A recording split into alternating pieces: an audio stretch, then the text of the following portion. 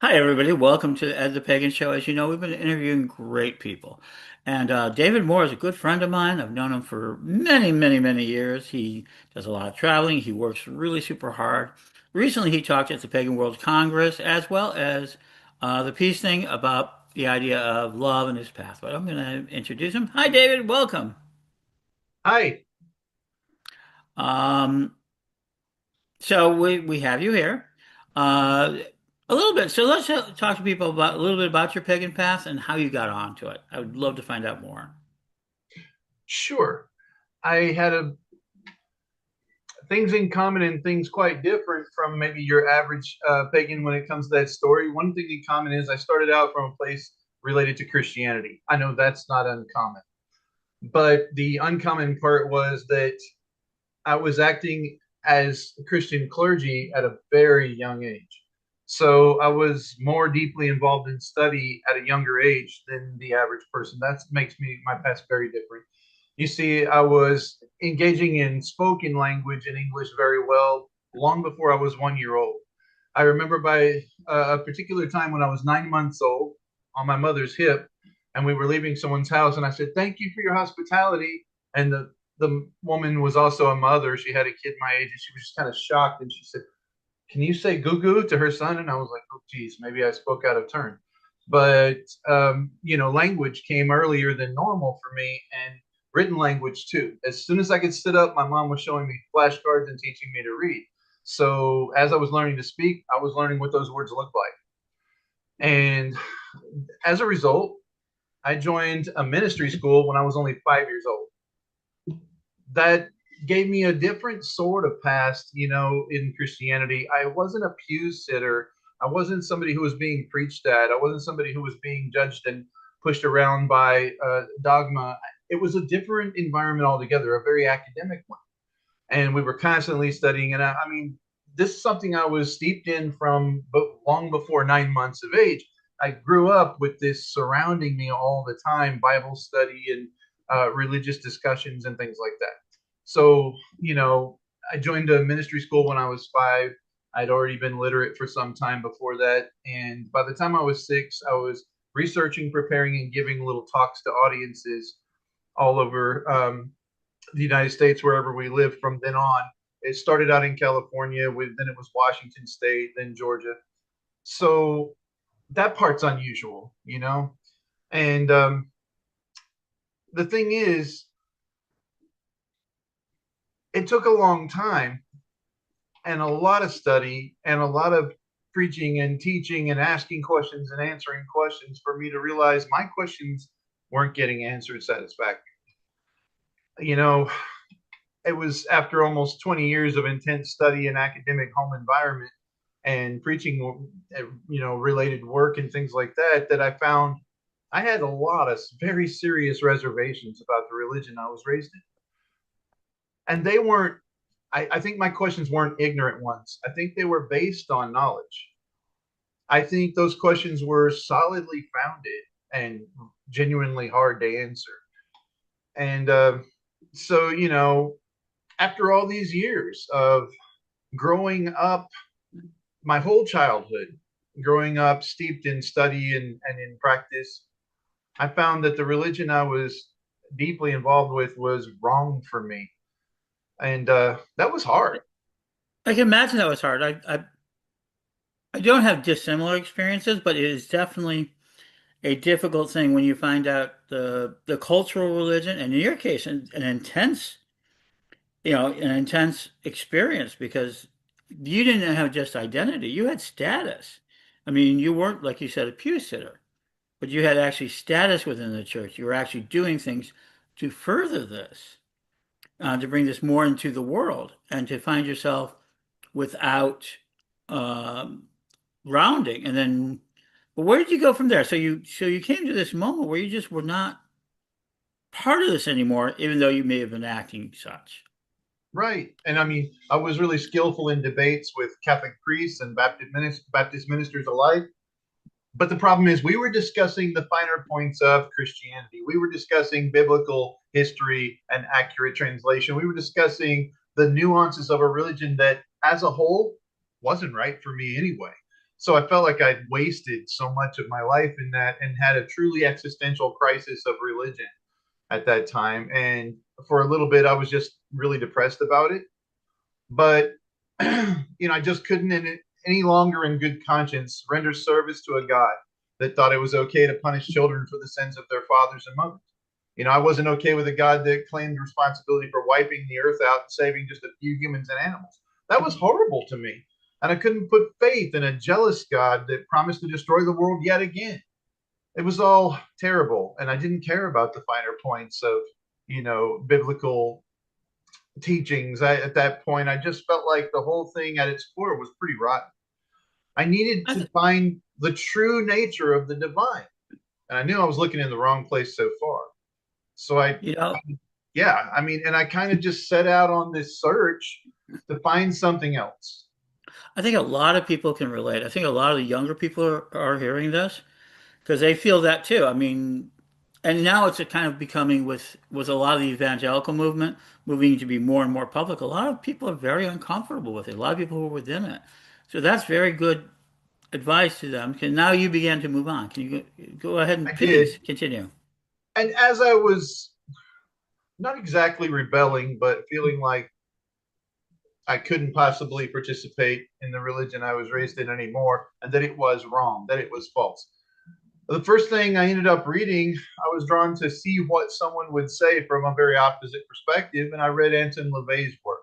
I read the Satanic Bible, the Satanic Witch, and all I found was a disturbed anti-Christian who was playing opposite world due to his disillusionment and playing it up really big in the public's eye because he came from a circus background. And I wasn't impressed with LaVey, and I didn't buy his message and I didn't like his methods, so that didn't resonate with me at all. I look, I knew I was in the wrong, I had the wrong faith growing up for me, but I wasn't I wasn't bitter and I wasn't rebelling. So I didn't vibe with where he was coming from. I was looking for something better, something that felt like truth instead of like just a way to bash them. I didn't want to do that. They had a lot of good qualities, but it wasn't for me. So the next thing I went to was So, Buddhism. Uh huh. so let me ask you. So let me go ahead and talk about Buddhism, and then I'll bring my question up. Okay. Uh, well, brother, the next thing I found was Buddhism, and it was introduced to me by my first Kung Fu teacher. Another thing I was not allowed to do when I was a little kid, but always wanted to. So, I was going to do my thing and live my life as an adult. I found a Buddhist teacher, and he started teaching me Buddhism. I mean, we were crawling around on the ground in the Georgia red clay trying to find little white grains of sand because he said we had to go outside and find white grains of sand to put in my first little incense holder, and told me later it'll be replaced with ash. But at first, you begin with sand, and this is the tradition he was taught. He's helped me set up a Buddhist altar, and it had a male representation on the right and a female on the left, believe it or not. And it had a Hmm. representation of a representative of Buddha in the middle. It wasn't really the Buddha, it was Hotai, the fat bald guy that you see sometimes. He's not really Buddha, but he's supposed to have been enlightened, and he was basically the guy who brought Buddhism to China and really popularized it there. But anyway, I didn't know that. So here it was more of a Buddhist ancestor altar, but Chinese oriented on purpose using that particular icon. And he taught me to use 3 sticks of incense when I prayed and to set them in this little incense holder. And he taught me a series of practices. But all in all, after doing lots of study on the subject and reading all about Siddhartha Gautama and his adventures, and reading books like by Tibetan Buddhists like the Dalai Lama, which I really enjoyed, I appreciated the many schools of thought among Buddhists, but I found that I still didn't fit perfectly with all their teachings either. I resonated with the love, peace, and compassion very much, but I couldn't believe in reincarnation or pacifism, and the Hindu roots didn't really ring true for me, and I just couldn't feel it running through my veins. I hadn't found myself yet. So I kept looking. And I So, ended up finding British traditional witchcraft next. And wow. I mean, I was wowed. It was exciting and it intrigued me. I was at a girlfriend's house and I just was looking through the books on her bookshelf. And I found this little pamphlet that said The Charge of the Goddess. And I said, "What's this?" So I opened it and read it in full before she returned to the room, and I had questions. Where did you get this? Are there people that are doing this? I want to meet them. I want to know about this. And she introduced me to a group that she was going to and taking classes from a third degree Wiccan high priestess. And I started taking those classes too. And they accepted me in their fold. And I ended up with my first initiation under that high priestess. And from there, man, I never looked back. But still, the teachings of witchcraft haven't all completely fit with me, and I haven't been able to accept them all. So, but I tell you, I had the most amazing religious experience all of a sudden. The first time in my life, so many things were just real and actually happening right in front of me. Powerful spiritual things. I could Hmm. see the Lord and Lady. I could see the circle when it was built around us. I could see the elementals moving around. I was always very visual with my psychic faculties. I was clairvoyant, but not as clairaudient. I didn't really hear things so much. I would see. And Oh, sure. anyway, so here I was looking around and I was seeing this circle. I was seeing the elementals. I was seeing the watchtowers set up. I was seeing when they were invoked, the Lord and Lady coming in. They looked huge and glowy to me, and they were beautiful, and they were kind of walking around with us, but they were giant. How they appeared to me was giant. And then when they did the drawing down the priestess into the priestess and priest, I saw them go and choose to stand in the place where they were and kind of inhabit their body. And it was amazing to see all that. I'd never seen anything like that before in my life. And when I met my Lord and Lady and felt all the love and acceptance, and it just felt like coming home, it's stuck with me and it changed my life. So even though as a religion, that particular religion still didn't work for me later, I mean, I never left behind the care for my Lord and Lady, and I felt that I wanted to be in their service and be connected with them for all of my life. It's like I found my real parents, and it was a big deal. So that's a very powerful story. I love that. And I think there is a difference between the religion of all of it, witchcraft, Wicca, magic, paganism, all of these have a religion. And I think that is for the world. But what you're talking about is the spiritual experience. And that's where you found your home in. It sounds like you didn't find your home in the religious aspects, but more of the spiritual and the actual work. Well, yeah, I spent my life growing up, my whole childhood praying and never feeling like I got answers to my prayers. And now all of a sudden, after this experience with these Wiccans, I felt an answer was almost always there for my prayers. It was a 180-degree turnaround spiritually from my Hmm. experiences from then on. All of a Hmm. sudden, things were actually happening. There was actual connection that was tangible. What a difference! I can imagine it is. And now you're in this, you've done a lot of things. You've traveled a lot of places. You know a lot of people. I know that you just help editing a book that's become out there in the world. Uh, I have edited several books for yeah. authors. One of them was for Lady Rhea, who's often been called the Witch Queen of New York, and she's one of the most Hmm. lovely, or don't you? She's been one of the most lovely high priestesses. She's one of my two very favorites that I've ever known, and she's a great teacher. Well, anyway, she wrote a couple of books, but I got the opportunity to edit the second big one that was re-released with an expanded, revised version, and I edited that for her. It was called The Enchanted Formulary, and prior to that, she published The Enchanted Candle, which is a really specialized set of skills that she kind of invented at the Magical Child in New York. So it's awesome that she chose to share her designs and ideas with people in that book. But the one that I edited was full of formulas for oils that you can mix different essence oils and Hmm. perfumes and things and for different purposes. And it was just any occasion you can imagine. It's the great encyclopedia of recipes. It also includes a wonderful background and history of essential oils throughout the ages used by humans for different reasons. And it's just very, very well done. It's an extremely, it belongs on everybody's shelf, I think. It's a great reference book. And then I got a chance to edit one for Alexander Cabot that we published at first in one version, its initial version in England with a very small publisher.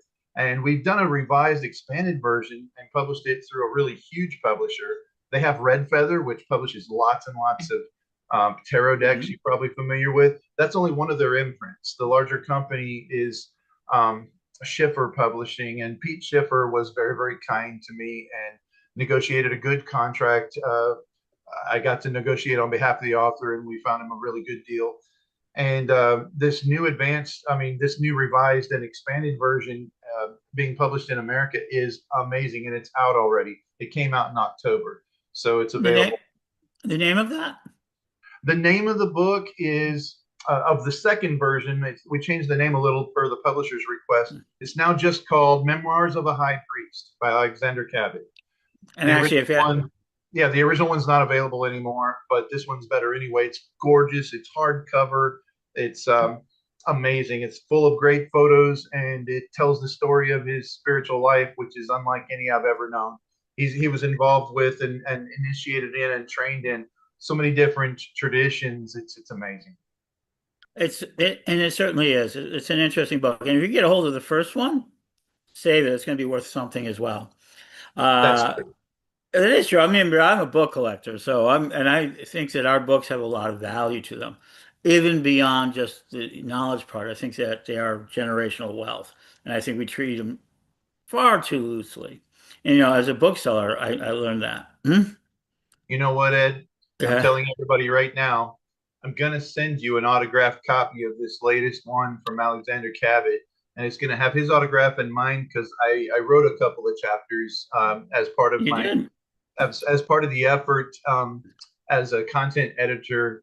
Yeah, I did. So it's all in his voice. It's his work. It's his life.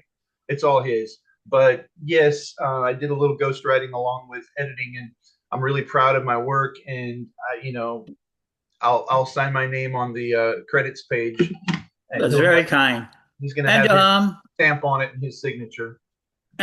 people, if you don't know he has a ghostwriter, we'll talk about here. I also have Chris Copeland out there who does a lot of ghostwriting, who's helped people with books. There's nothing wrong with having a good editor, and even if they do some of the ghostwriting, as long as they keep your words intact.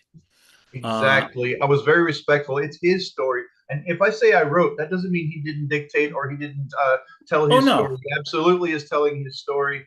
And I'm just really proud of the fact that he allowed me to help to shape this into what it is. Hmm. But I'm not by any means stealing any of his thunder. He absolutely is presenting his story there in the book. And that's why I'm mentioning it to other people who do get stuck trying to write a book, that they Right. should go out and get help. I mean, because too many good ideas. I believe in progress over perfection. I think too many people worry about how people will react to their books, and they won't get the help. And you're showing us, Hey, brother, we have other examples. You know, Oberon Zell has published quite a few books in his recent years. One of them was called Goodbye, Jesus, I've Gone Home to Mother, and it kind of shares a whole hmm lot of stories in it that were written by people that submitted those stories. It's edited by him, and he has like the first part is from him, but he didn't have to write the entire thing, and he wasn't ashamed of that. There's no shame in that at all. It's fine when there's a collaborative effort, when a team works together. And almost everybody who's been in the craft for a while and has a good library knows about the secret teachings of all ages, right? By Manly hmm V. Hall. It's by his team. He even says that his team was working on it in the first parts of the older versions. I don't know if it's still in the newer printings, but he says that he had a big team working on it. He had a lot of resources, and he was very influential, early Rosicrucian, and you know his books were a collaborative effort. He had teams, and he wasn't ashamed to say so. So I think you're right, and I would also hmm urge anyone who has a story to tell to find someone to help you tell it if you feel like you need the help. I agree. One of the biggest things I think is happening in our community is that becoming a high priestess, a high priest, almost requires you to write a book, like a PhD thesis. There seems to be more and more of that desire to have that competency. And it's easier and easier to do. Let's be honest. We've never had a time that we've not been great, have not been great at getting things published. There's even ways to get it so if you only sell a few copies, you can get it out. It's not about the sales. It's about the story. I think I'm really grateful that you brought that out. So you've been doing all this. So what's next? Hmm? Well, I just finished editing a book that's not on a pagan topic, so I won't dwell on it. But it's on it's a historical fiction on the origin of karate for a dear friend of mine, Colin Lee in Australia. And but not only does the writing and the editing continue for me, even though I'm heading into probably less than a year or right at a year more of doing electrical work during the day. That's been my career. But I'm getting close to a medical retirement that I'm going to do by the time I'm 55. So that's coming soon. And what will go forward, what happens with my ministry is I've been an ordained minister since 1994. And the religion I claim is just simply love, even though I have my pagan ways. I mean, behind me, you probably can't see it, but there's an altar, and on it is quite a mix. I Hmm. actually have a representation that was made by a Babalawo of a shoe, an African Orisha from Western Nigeria, because I have a relationship with a shoe, and also more recently cultivated one with um, another Orisha. So I'm just I'm very diverse, but even though I have a lot of pagan practice that I participate in, including if I can, I like to join full moon rites, espits, and sabbats with witches, and I feel right at home. But my ministry is love. I try to sow the seeds of love everywhere I go with everyone. And I like when I can find common ground with people, no matter their religion, because we agree that love is the most important practice and focus. So that's what I focus on. And there are books that will be coming out with my name as the author. I have a lot of progress on one that I promised the public some time ago called Banishing the Shadows. And also, I have maybe 33%, around a third of the book written on a book called My Religion is Love. So, I'm going to continue my work as an editor, as a writer, even after being medically retired. And every now and then I'll travel and just see somebody because I consider them extended family, like you. Yeah, absolutely. I think that's going to be very good. So yeah, and I expect to have you back on at the Pagan Show, where I've dedicated 365 days to this and also 1,000 interviews. And here is another one. I think this is Wow. very important. I do. And if you haven't seen it, go back into the Pagan World Congress, go on Corellian TV and look up my path. Pagan is my path, love is my religion. Both at the conferences, they were both there, and they're very interesting. So check that out. So one last thing, David, is there anything that you want from the community to help you, or is there anything that you're looking for?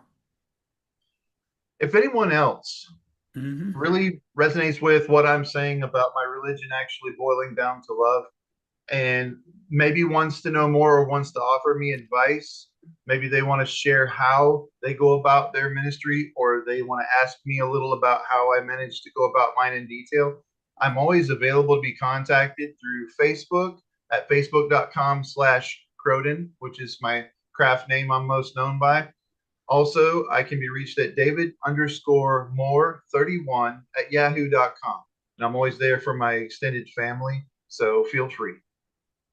There you go. Well, thank you for being on, and I appreciate you sharing this, and I hope to hear more uh, soon. And Thank you for thank you. having me, big brother. I appreciate it. Oh, and I hope the audience finds pleasure. Please feel free to contact me. Let me know about this or any interviews and what you want to talk about.